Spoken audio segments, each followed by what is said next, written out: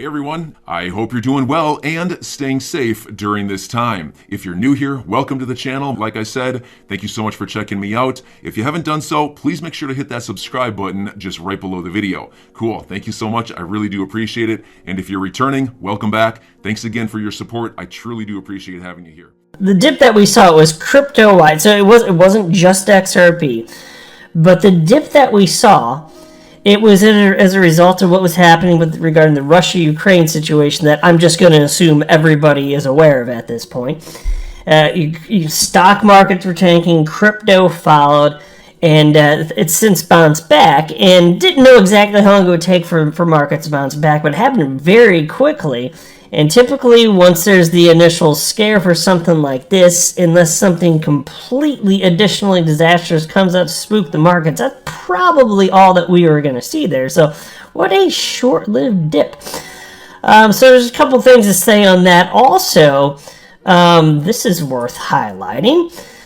Here's a headline from CNBC. EU, UK, Canada, US pledge to remove selected Russian banks from interbank messaging system SWIFT. Well, how about that? Ripple's competitor SWIFT, apparently some ramifications for Russia, but how severe, and does that actually mean anything for RippleNet? And more importantly, if you're an XRP holder, what about XRP? So talk about that as well. Before going any further, I do want to be clear, I do not have a financial background of any kind. I am not offering financial advice, and you definitely should not buy or sell anything because of anything I say or write. I'm just an enthusiast who enjoys making YouTube videos about crypto topics, but just as a hobby and just for fun. Here's a 7-day price action for XRP. That's what this chart is on your screen. It looks like typical crypto volatility, not too bad. I mean, what XRP get down? Like 63, this is 64 cents or somewhere in that range.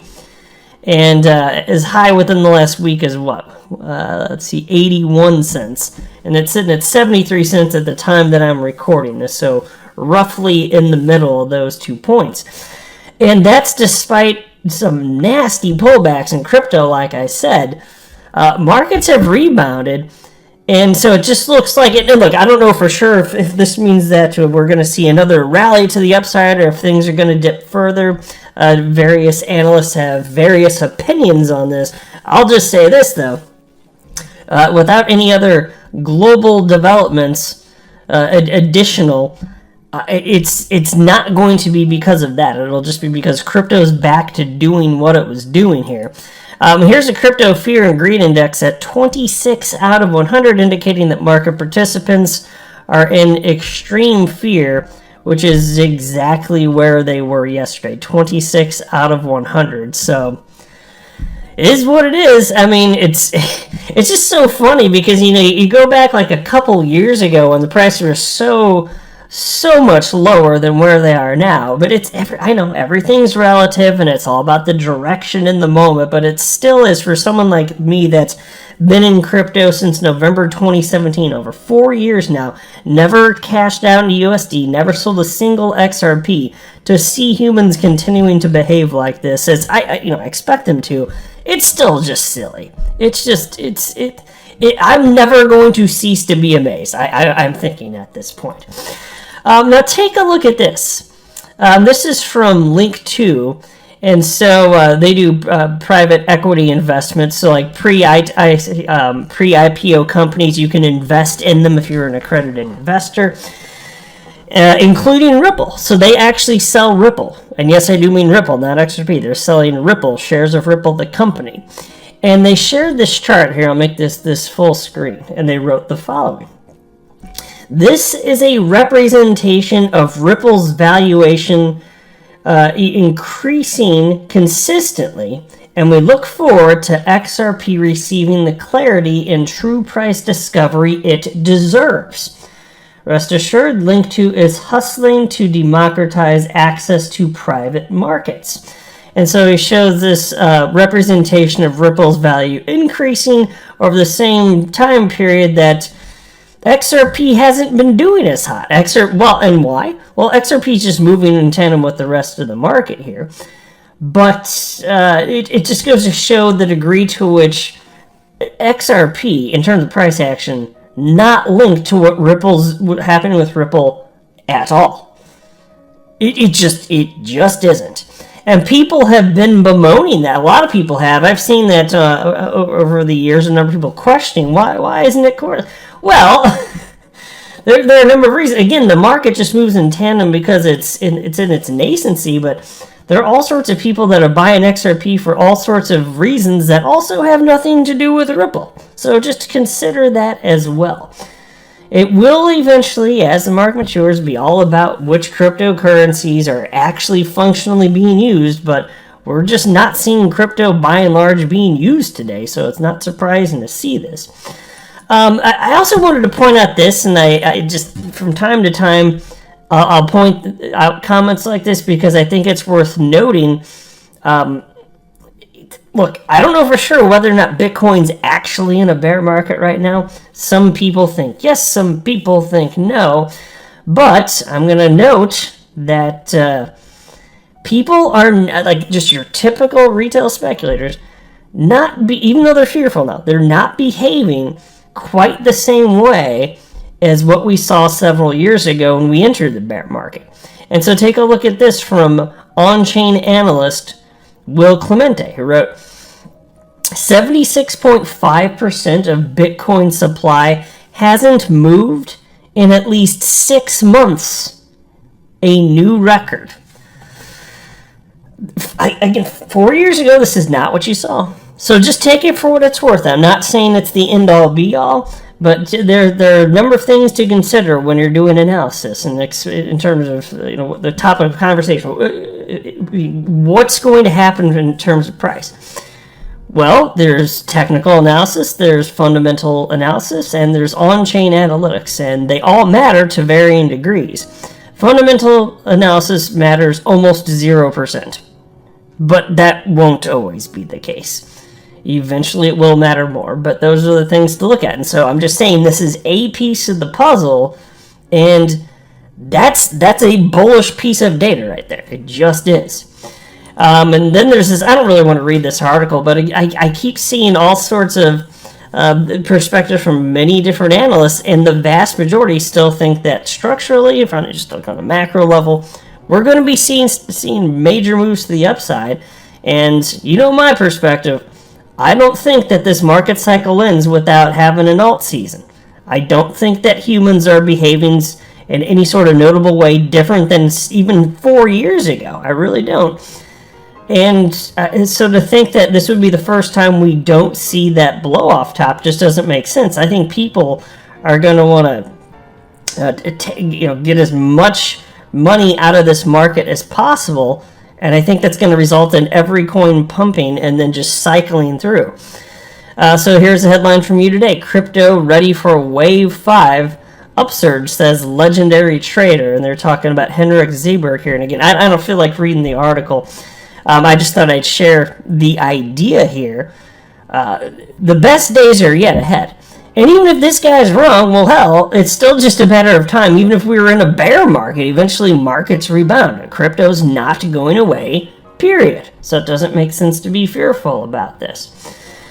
And then there was this. I first saw this a few hours ago from Hedgeye, which I think they do a fine job from what I've seen. They typically put out just accurate information, but I'm a skeptic, so when I see a headline, I just want proof of it. It's not that I'm saying you're outright a liar. I just want to know if you're stating something and I can't find the evidence, especially if I can't find it easily.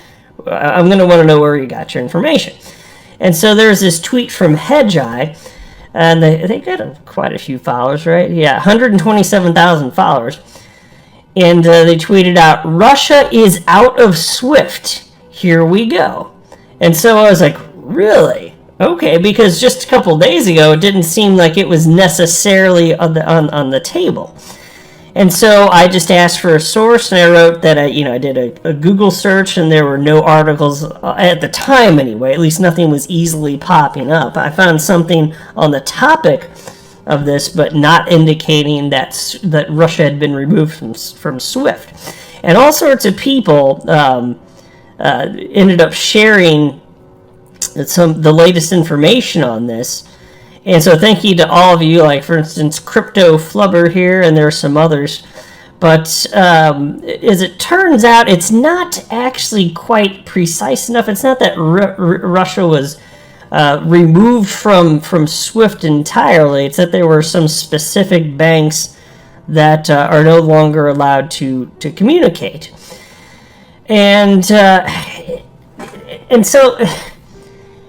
why not a clean break? Well, it speaks to the degree to which, this people are really willing to really go after Russia at this point, because the thing is, there are things that Russia can do in response. So if you're talking about especially surrounding nations, a lot of them get their oil from Russia, and so if you block them off, that could be highly disruptive for nations. And so there's all sorts of reasons for stuff like this, and so it does seem like that's a primary reason. But there are certain banks getting caught. We don't know that. We're not privy to the specifics of which banks, though, and what the ramifications are. So I'm just being for real. It's still something. Now, as far as what that means for Ripple or XRP, effectively nothing. Because I understand this. Any sort of sanctions that any sort of nations are under, regardless of platform, it's going to be the financial institutions, the banks that are operating in various jurisdictions and geographic regions, to make sure that they're complying with the rules and laws of their area. So whether it's SWIFT or RippleNet, it doesn't matter. They still have the same compliance issues and same results in terms of sanctions. So if you're Russia and you want to get around this, perhaps you could use cryptocurrency, but again, it's not like there's no ramifications against that either, because even if you're doing that, these blockchains vast majority of them are public anyway.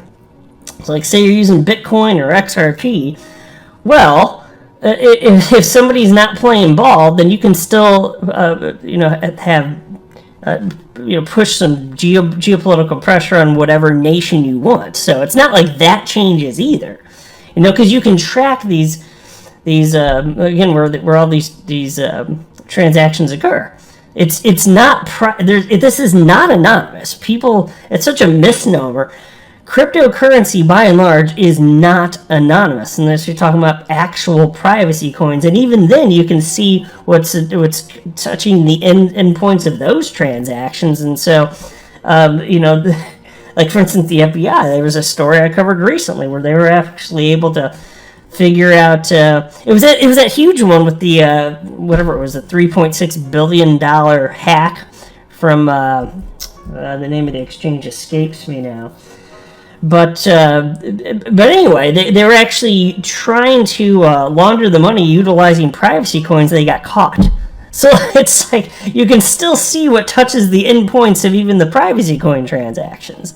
So it's not the case that all of this is anonymous. And so what does it mean for XRP? That's why, in a nutshell, nothing. It's in the short term, this means absolutely nothing. And also understand, this is not a dig against Ripple. I think I'm a fan of Ripple, and they're fantastic. But RippleNet is small compared to SWIFT right now. And so, this doesn't functionally change really anything, right? The way that it's set up. I just don't think that it matters. So, I don't feel like I really need to read through this article. I had this article pulled up from CNBC. I can give you a little bit of tidbits in case you want some of the specifics, I suppose. Maybe I can run through just the top portion of this here. But I wanted to talk first about how this might have any sort of implication for Ripple and or XRP. And it really doesn't, to be honest. Not in the short term, at least. But anyway, here you go. The U.S., European allies, and Canada agreed Saturday to remove key Russian banks from the interbank messaging system SWIFT, an extraordinary step that will sever the country from much of the global financial system. This will ensure that these banks are disconnected from the international financial system and harm their ability to operate globally, the global powers wrote in a joint statement announcing the significant retaliatory measure. Now, folks, don't you think that Russia recognized that this could potentially happen? And don't you think that, given they understood that, they just don't care and they're properly positioned prior to this happening? I would think so. And plus, they understand that they're, in a way, in a position of power, again, as it pertains to oil, because so many of these nations are not energy independent. Those are national security issues, you know. But anyway, Moscow's exclusion from SWIFT, which stands for the Society for Worldwide Interbank Financial Telecommunication, means Russian banks won't be able to communicate securely with banks beyond its borders. Iran was removed from SWIFT in 2014 following developments to Tehran's nuclear program. SWIFT is an independent enterprise based in Belgium that serves as an internal messaging system between more than 11,000 banks and financial institutions in over 200 countries and territories. SWIFT did not immediately respond to CNBC's request for comment. And so that's the latest update there. I'm your guy. I will keep you posted. I'm your advocate. I'll be back on a daily basis, usually multiple times per day, with these videos to keep you updated with everything going on. So I hope you enjoyed the video. If you haven't done so, make sure to hit that subscribe button. Feel free to share any of my videos with your friends, family, social media, or anybody who may care to listen. Thanks so much for your continued support. I'm always here for you. I want to help you through this time. So thank you so much for continuing to choose me. Enjoy your day, stay safe, and I'll catch you again probably in a couple hours. Thanks, everybody. See you later.